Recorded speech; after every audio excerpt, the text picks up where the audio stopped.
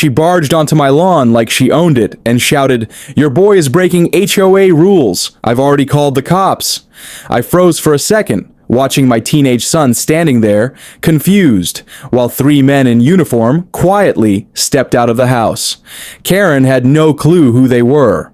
She thought they were just his friends hanging around, but my son had invited them over because they were old family friends, men who once trained with me in the Navy SEALs. When the squad cars pulled up, Karen pointed at my son and screamed, "That kid's hosting criminals in the neighborhood. Arrest him now before they cause trouble." My son's face went pale, not knowing how to react. And for a moment, the officer seemed convinced by her tone. She even shoved a fake HOA notice at them, yelling, "He can't live here anymore. He's violating community rules." I stayed calm, standing between her and the officers, while the SEALs behind me remained quiet, watching everything unfold. Karen had no idea the very men she was calling criminals were decorated veterans who had seen more action than she could ever imagine. I could see the officers hesitating, unsure who to believe. And that's when Karen smirked and said, "If you don't remove them, I'll call my own team to handle this." The air grew heavy. My son looked at me, his eyes filled with fear, but I gave him a slight nod. Karen thought she was in control, but she was about to learn a truth she never saw coming. One of the officers stepped forward, holding the fake notice Karen had shoved into his hands. He frowned, looking at the cheap paper. But before he could question it, 3 black SUVs rolled up fast. Karen clapped her hands together like she had just won, yelling, "Finally my people are here to deal with this mess." Out of the SUVs came men in tactical vests, labeled HOA Inspector. They carried themselves like they were law enforcement, but something about their uniforms looked off. No badges, no official patches, just heavy gear and intimidation. Karen strutted to their side and pointed at us. "Those men are trespassing on community property. Take them down now." My son stumbled back, whispering, "Dad, what if they're real cops?" The SEAL beside him bent down slightly and murmured, "Kid, relax. Those aren't cops. I've seen enough fakes in war zones to know the difference."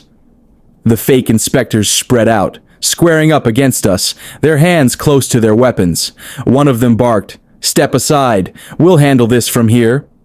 The regular officers looked uneasy. They hadn't expected backup like this. Karen, with a smug smile, added, "Don't just stand there. Arrest them." I could feel the tension crackling in the air. My son's hands trembled at his sides, but the SEALs were calm, their eyes locked on the imposters.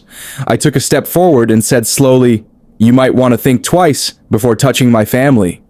Karen laughed at me, tossing her hair back. "What are you going to do? You're just some homeowner? You don't have any power here." I leaned closer, locking eyes with the lead fake inspector, and whispered so only he could hear, "Wrong. You have no idea whose house you just walked into?"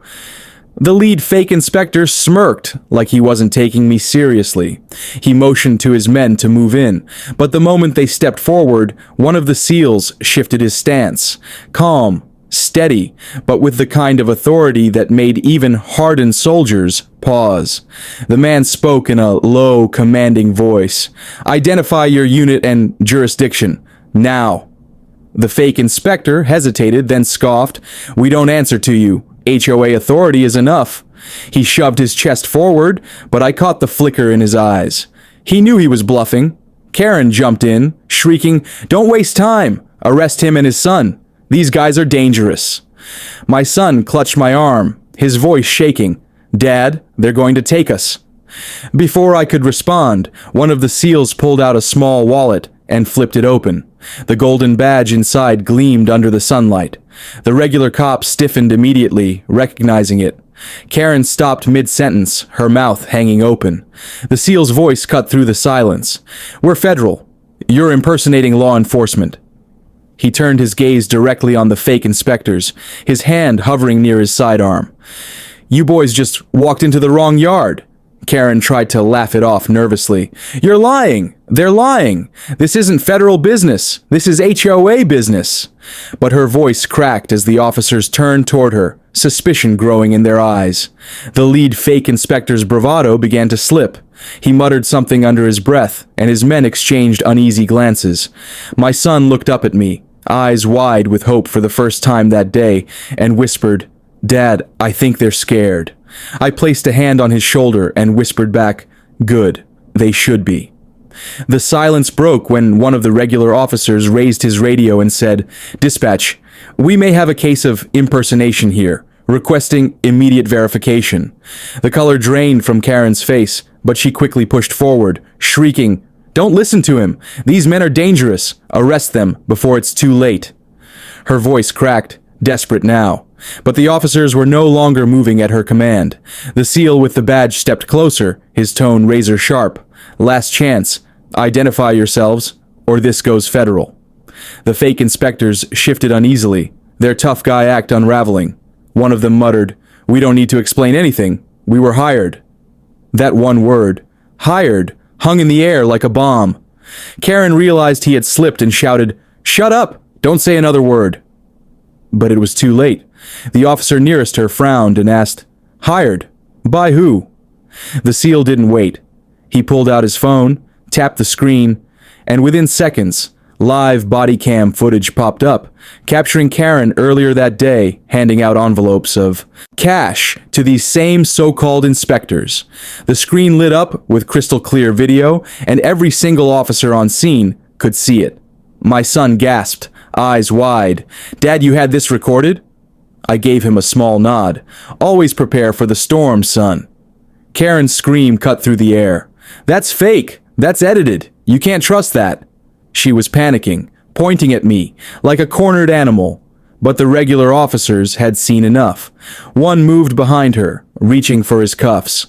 The lead fake inspector cursed under his breath, trying to back away, but the SEAL stepped forward in unison, blocking every path.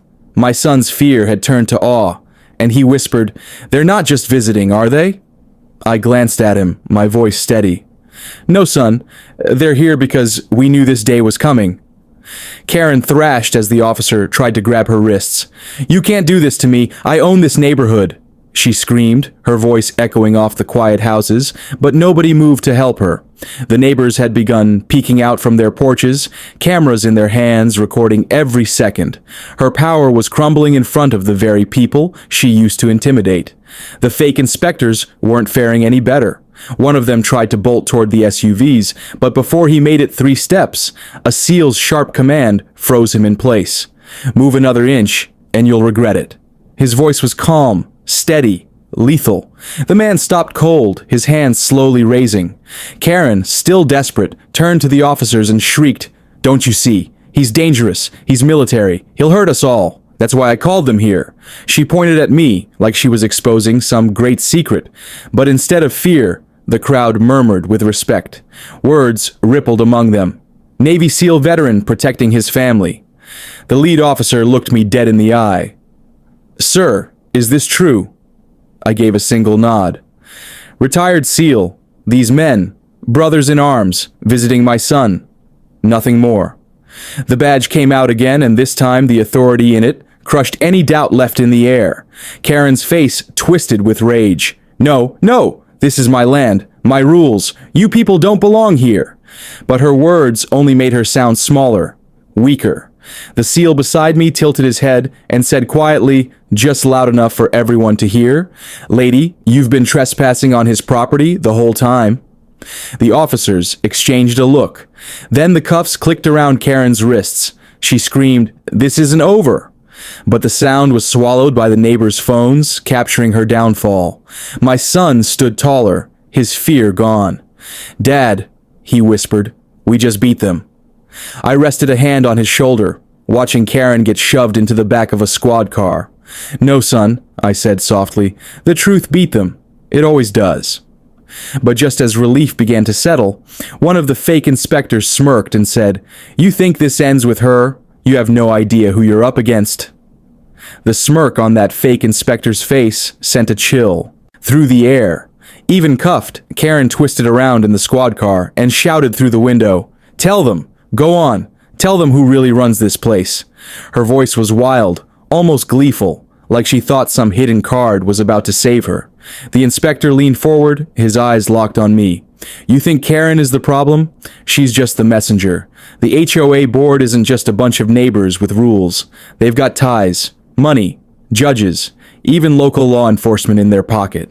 You shut down Karen, but the people behind her, they won't stop until your family is ruined. The officers froze, exchanging uneasy looks. My son's face drained of color. Dad, is he telling the truth? Before I could answer, another SEAL spoke up, his voice low and steady. We've heard whispers. Some HOAs are just cover for bigger hands pulling the strings. Corruption runs deeper than people think. Karen cackled from inside the squad car. You see? You can't fight them. They'll bury you in lawsuits, fines, whatever it takes. You think your military buddies can save you from that? I took a slow step closer to the inspector, staring him down. If you're bluffing, this ends here. But if you're telling the truth... I let the words hang heavy in the air. The SEAL beside me shifted, hand on his earpiece, and whispered something quick and coded.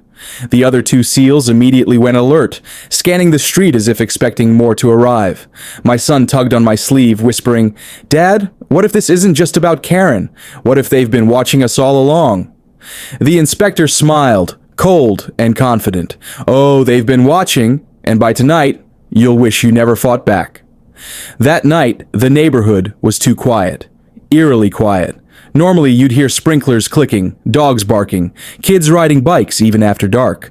But this time, not a sound. My son kept pacing the living room, peeking through the blinds every few minutes. Dad, it feels like they're out there, he whispered. The SEALs weren't relaxed either. They had split positions, one near the back door, another at the front window, the third upstairs with a vantage point. Their movements were silent, disciplined, like they'd already prepared for an ambush. One of them muttered, We've seen this pattern before. Silence before a strike. Around midnight, headlights suddenly flashed across the street, then another set. Within minutes, black SUVs lined the curb, their engines idling low. Karen wasn't in them. She was still sitting in county lockup, but her friends were here, a lot more of them than before. My son's breath hitched. Dad, that's at least 6 cars. He counted shadows stepping out, figures in the same fake tactical gear, only this time they looked better prepared. One of them held what looked like a battering ram. Another carried heavy cases that didn't belong to any HOA business. Karen's earlier words echoed in my mind. They'll bury you. They won't stop. One SEAL clicked his radio. Eyes on hostiles, he said. His voice was calm, but the edge in it made my son shiver. Another SEAL looked at me and asked, You ready for this? Because they're not here to argue about lawn height. I stepped to the front door, checking the locks, then glanced back at my son. His eyes were wide, but behind the fear, there was something else. Resolve. Dad, he whispered, we're not running, are we? I shook my head slowly. No, son, not tonight. Tonight we show them who they're really dealing with. Outside, the first SUV doors slammed shut in unison. Heavy boots crunched on the pavement, growing closer. The SEAL upstairs whispered over comms. They're spreading out, surrounding the house. The trap had been set, but not the way they thought. The pounding started, fists and boots slamming against the front door, voices barking orders like they owned the place. My son flinched, but the SEAL nearest him crouched down and whispered, Breathe, watch. You're about to see how we end this. The fake inspectors counted down outside. 3, 2. But before they hit 1, floodlights exploded to life all around the yard. Hidden cameras I had set up weeks ago switched on, capturing every angle in sharp clarity. A loudspeaker crackled as the SEAL upstairs spoke. Smile for the camera, gentlemen, you're live. Confusion rippled through the attackers. Some tried to retreat toward their SUVs, but suddenly, real sirens wailed down the street. Police cruisers and unmarked federal vehicles swarmed in, boxing them in from every side. The SEALs moved like shadows, stepping out of the house, badges and weapons drawn, surrounding the so-called enforcers who moments ago thought they had us trapped. Karen's backup froze, weapons lowering as they realized they weren't facing one homeowner. They were facing federal jurisdiction. One by one, they were shoved to the ground, wrists zip-tied. The lead officer barked, You're under arrest for impersonating law enforcement, racketeering, and conspiracy. My son stepped onto the porch beside me, watching in awe as the empire Karen had bragged about collapsed in a single night. He whispered, "Dad, we really won." I put a hand on his shoulder, my voice steady but proud. "No, son, justice won. And justice always wins." As the last SUV was towed away, neighbors poured out cheering, some even saluting the seals. The same community Karen had ruled with fear was now free, and they had seen the truth with their own eyes. I looked at my boy and said the words that made the crowd go silent. "I didn't fight for this country to let fake power steal our freedom. This land is ours, and nobody, HOA or otherwise, is taking it away." The audience in the story wasn't just my neighbors, it was everyone watching online. The footage went viral by morning. Karen's reign was over, her allies exposed, and the message was clear.